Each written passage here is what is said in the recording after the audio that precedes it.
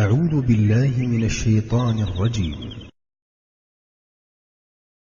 يا أيها الذين آمنوا لا تقدموا بين يدي الله ورسوله واتقوا الله إن الله سميع عليم.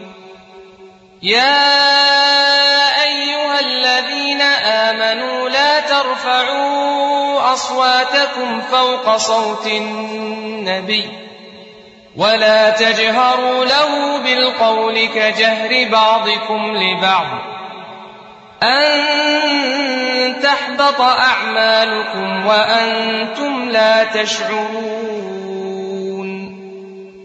إن الذين يغضون أصواتهم عند رسول الله أولئك الذين امتحن الله قلوبهم للتقوى لهم مغفرة وأجر عظيم.